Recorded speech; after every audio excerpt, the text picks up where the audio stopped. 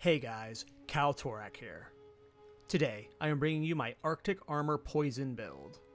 I am using no on-use skills, and all of my damage is from my passive tree and one spirit gem. The core of this build is Arctic Armor. When you take a melee attack, you will reflect cold damage back at the enemy. Combining this with Plague Finger Gauze Wraps, our Arctic Armor will now poison. When using the spirit gem Herald of Plague, this will cause my poison to spread. Then, by amping my cold and poison damage as much as possible, you get what you are seeing on screen. By taking a single melee attack, I am able to clear an entire screen of enemies with poison. It's about as silly as a build can get, and I'm sure there are a lot more ways to optimize this, as it's my first poison build, but it's been a lot of fun. Why am I doing this with no active skills though? Wouldn't it be better to use Resonating Shield and Magma Barrier alongside this? Yeah, it would. When I started making this build, I was trying to make a Poison Thorns build work. And it just doesn't. There are too many bugged interactions with Thorns right now. I have a future video on that subject. Like and subscribe if you're interested. But yeah, I was trying to make a Poison Thorns build work, and when it failed, I did a Hail Mary swap to Arctic Armor. Arctic Armor has a lot of problems, the core one being it only procs off melee attacks. There are so many different enemy types in this game that do not melee. Literally ever. When you encounter these enemies, you either have to skip them, bring melee enemies on top of them, or just die to them. Resonating Shield and Magma Barrier would fully solve my problems here. But my problem with Magma Barrier is, if you've seen any of my Magma Barrier builds, it does insane damage. Millions of damage if you build into it correctly. Magma Barrier are so strong that it eventually just becomes the build, and then you find yourself wanting to drop all the poison stuff and just do a pure Magma Barrier build. So I am actively not using Magma Barrier and Resonating Shield, because I've done so many builds like that. I wanted to specifically see how far I could push a purely passive style with Arctic Armor and Poison Spread. It ended up performing way better than I expected. I'm doing this as Pathfinder, but honestly, this Ascendancy is not very good for it. It might be better on Infernalist or Blood Mage. All the footage you are seeing is Waystone level 15 and 16. The boss clips are Waystone 15s with no more than +2 difficulty. Again, I want to make this clear, this build has problems. If you're going to try it out as your 4th or 5th build. It's fun, but it's got a lot of annoying struggles. Certain enemy types or boss types just make this so painful. But if you are looking for a silly goose time, this is definitely that. Alright, so quickly going over some things. First, I just want to talk about the Ascendancy. I don't think Pathfinder is great. One, Contagious Contamination is worse than Herald of Plague. Herald of Plague has a bigger radius at a higher level. As you can see, this one is 1.8 and this is 1.5. They don't stack as far as I can tell. I don't think there's any weird interaction between the two, like double spreading or anything, as far as I can tell. I'm not sure, but Herald of Plague is just, it seems better than Contagious Contamination. It doesn't seem like it's stacking to me. And then Overwhelming Toxicity, while it's okay for mapping, the 35% less poison duration is bad for bossing, and you don't ever get the full benefit of the double poison on bosses, like almost ever. Like they attack too slow with melee strike. So at most you're ever getting to like 2 to 3 stacks, and you get that from just the passive tree. So the most beneficial thing from Pathfinder is the +6 passive skill points.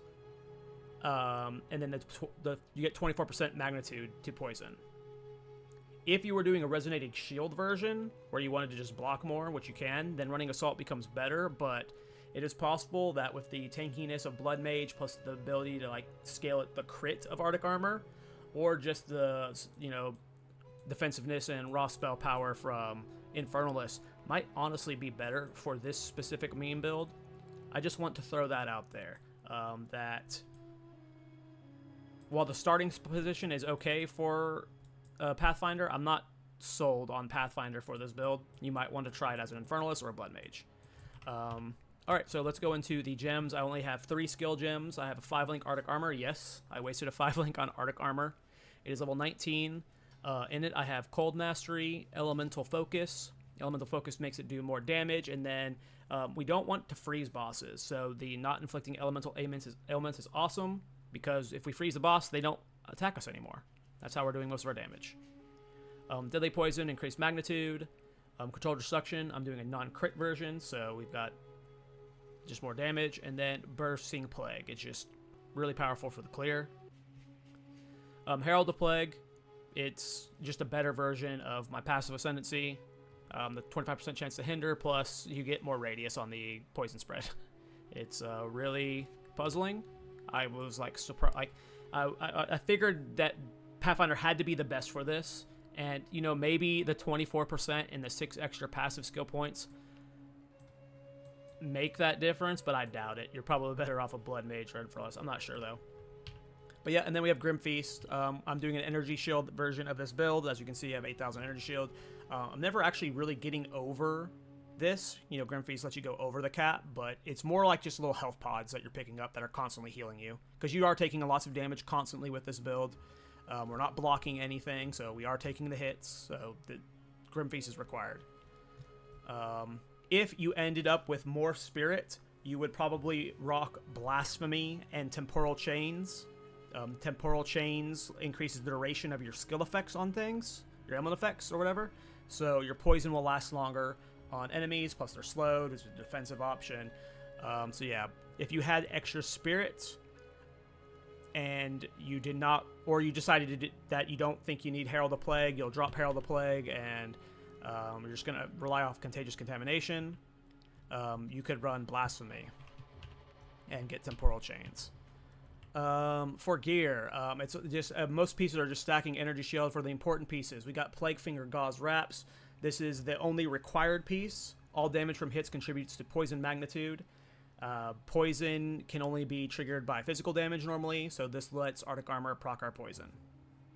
I do have an Ingenuity belt. This is a new purchase. Most of the clips you saw in this video are not using this belt. This is brand new. I've only done recent stuff with it. I mainly bought it for future builds that I'm doing.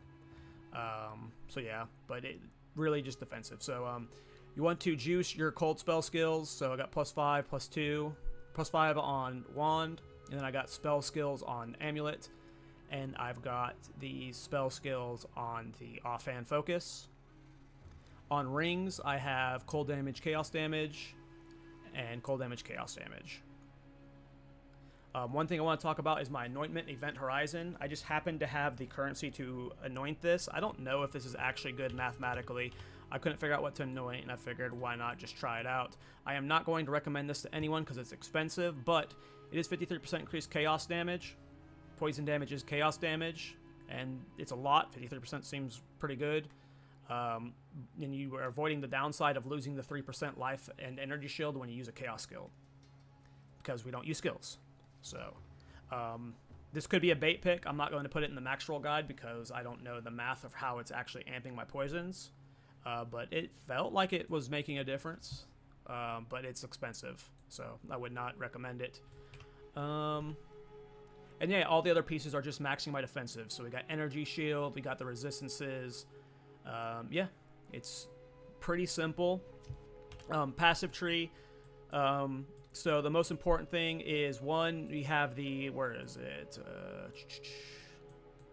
Here it is. I got the Prism of Belief for Arctic Armor. This was, out of all the Prisms of Belief I've bought for my meme builds, this was the cheapest one. This was like 20 exalts, so easy scoop up, make sure Arctic Armor hit harder. Main goal was to scoop all the magnitude and hit poison that I could get. There is a support gem that makes you have better poison hit chance, but I'm not using it, so I had to build up hit all the way. I have a 101% chance to hit with poison on my Arctic Armor. And yeah, so it always poisons. And the way I mainly did that was through these gems, the jewels. 15% increased magnitude of poison you inflict, and then 10% poison on hit. All of these were like 5 exalts each. And every one of my jewel slots is filled with one, except for these two up here, which I have Arctic Armor, and then I ended up getting this Time Lost Emerald, which increases the magnitude of my poisons based from these 3 nodes. So an extra 21% magnitude there. But yeah, it's just getting all of the magnitude I can for poison, getting all of the hit chance that I could, and then yeah, these are really only poison nodes. I did try a bunch of weird chaos nodes. I did try doing more frost damage and stuff. Frost damage seemed to be more important. Spell damage seemed to be more important than chaos damage. The harder Arctic Armor hit, the better. So that was... Anytime I went into chaos damage stuff, it just wasn't worth it for the poison. And then, yeah, I was just maximizing energy shield. Since we are taking a lot of energy shield damage, the recharge rate stuff is really nice. You end up doing, like, what you'll do is, so you'll want to make sure you're always at 8 Arctic armor stacks. You'll take a hit, and if you're taking lots of melee hits, like during breach and stuff, you'll want to start, like, rolling around to start replenishing your stacks, because getting hit when you're at 8 full stacks of Arctic armor is very important. It's like what does most of the magma damage, so if you're down, or poison damage. So if you're down to like 3 of these after taking a bunch of hits, you're going to be doing significantly less poison damage. So you'll be rolling around, and during like 1 to 2 rolls, you will fully heal your energy shield. It's really quick, and yeah, it's where all my tankiness is coming from. And then yeah, mind over matter. I'm not using my mana, so might as well have just used that extra defensive layer. Chaos inoculation. I'm not investing into chaos res, so that just helps a lot, especially with breach. And the fact that we're not blocking anything, it's just pure energy shield. Yeah, this is the build.